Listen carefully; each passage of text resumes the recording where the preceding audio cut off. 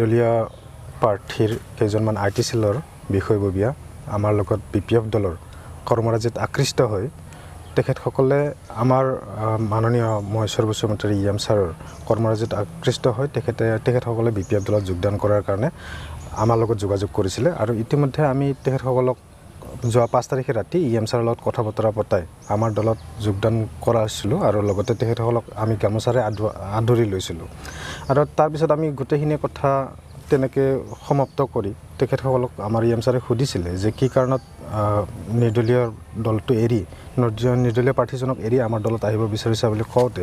তেখেতসকলে কৈছিলে যে তেখেতৰ যিটো স্বেচ্ছাচাৰিতা তেখেতৰ যিটো ব্যৱহাৰ সেই ব্যৱহাৰত তেখেতসকলে কষ্ট পায় তেখেতসকলে আমাৰ দলত সৰ্বোচ্চ মন্ত্ৰীৰ নেতৃত্বাধীন বিপিএফ দলত তেখেতসকলে কাম কৰাৰ কাৰণে আগ্ৰহী হৈছিলে আৰু সেইকাৰণে তেখেতসকলে আহা বুলি কৈছিলে আমাৰ দলত যোগদান কৰিছিলে আৰু পৰৱৰ্তী সময়ত আমি যেতিয়া তেখেতসকলক যোগদান কৰি আনি আকৌ আমি তেখেতসকলক ইয়াতে গুৰেশ্বৰত থোৱাৰ কিছু সময়ৰ পিছত আমাৰ যিবিলাক ফুটেজ আছিলে সেই ফুটেজবিলাক আমি ছ'চিয়েল মিডিয়াত দিছিলোঁ ছ'চিয়েল মিডিয়াত দিয়াৰ পিছত কিছু সময়ৰ পিছত সেই নিৰ্দলীয় প্ৰাৰ্থীজনে তেখেতসকলৰ ঘৰত যায় যিকেইজনে নতুনকৈ জইন কৰিছিলে তেখেতসকলৰ ঘৰত যায় তেখেতসকলক সেই ৰাতি বিচাৰি গৈছিলে নাপায় ফোনত ভাবুকি দিছিলে যে য'তে নাথাকা কিয় তহঁতে 10 মিনিটৰ ভিতৰত আহি অফিচ পাব লাগিব এনেকুৱা ধৰণৰ ভাবুকি এটা দিছিলে আৰু ভাবুকি দিয়াৰ পিছত তেখেতসকলে গুৰেশ্বৰৰ ধীৰেণপাৰা ক'ত আছিলে তেখেতসকলে আহি কাৰ্যালয়ত নিৰ্দলীয় প্ৰাৰ্থীজনৰ কাৰ্যালয়ত উপস্থিত হৈছিলে আৰু হোৱাৰ পিছত তেখেতসকলক বিভিন্ন দাবী ধমকি দি যাতে দল এৰি নাযায় নিৰ্দলীয় প্ৰাৰ্থীজনক এৰি নাযায় সেইবিলাক কথা তেখেতসকলক দাবী ধমকি দি আকৌ নিজৰ অধীনত ৰখাৰ কাৰণে তেখেতে এটা অপ্ৰাণ চেষ্টা চলাইছিলে এতিয়া আমি এটা কথা অনুভৱ কৰিছোঁ এইখিনিত গণতন্ত্ৰৰ যিটো লক্ষ্য আৰু উদ্দেশ্য হয় এই গণতন্ত্ৰৰ এই লক্ষ্য আৰু উদ্দেশ্যটোক ভৰিৰে মোহাৰি একেষাৰে নস্যাৎ কৰি মাননীয় সেই নিৰ্দলীয় প্ৰাৰ্থীজনে তেখেতৰ যিবিলাক কৰ্মী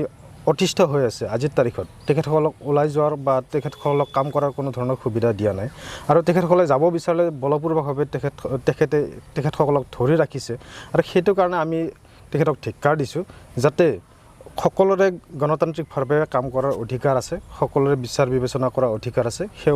অধিকাৰবিলাক সুনিশ্চিত কৰি ৰাজনৈতিকভাৱে যাতে সকলোৱে সবল হ'ব পাৰে সেই চিন্তা চৰ্চা অটুট ৰখাৰ কাৰণে আমি অনুৰোধ জনাইছোঁ আৰু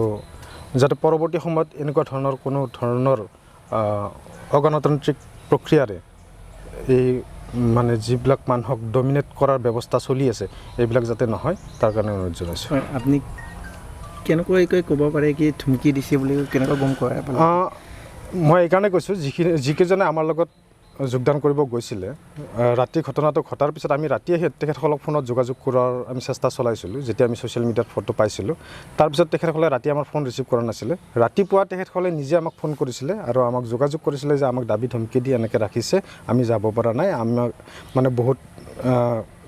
বহুত কষ্ট দিছে বা তেনেকুৱা ধৰণৰ কথা এটা আমাক কৈছিলে আৰু ইতিমধ্যে তেখেতসকলে আজি 2 মাহমানৰ পৰা আমাৰ লগত বিভিন্ন আমাৰ লিডাৰসকলৰ লগত যোগাযোগত অব্যাহত আছিল হোৱাটছআপ চাটিঙৰ পৰা আদি কৰি গোটেইখিনি আমাৰ তাত তথ্য আছে তেওঁলোকে কেনেধৰণৰ যোগাযোগ কৰিছিলে কি কৰিছিলে পৰৱৰ্তী সময়ত যদি লাগে আমি সেইখিনি আপোনালোকৰ জৰিয়তে আমি সেইখিনি ৰাজহুৱা কৰিবলৈ বাধ্য হ'ম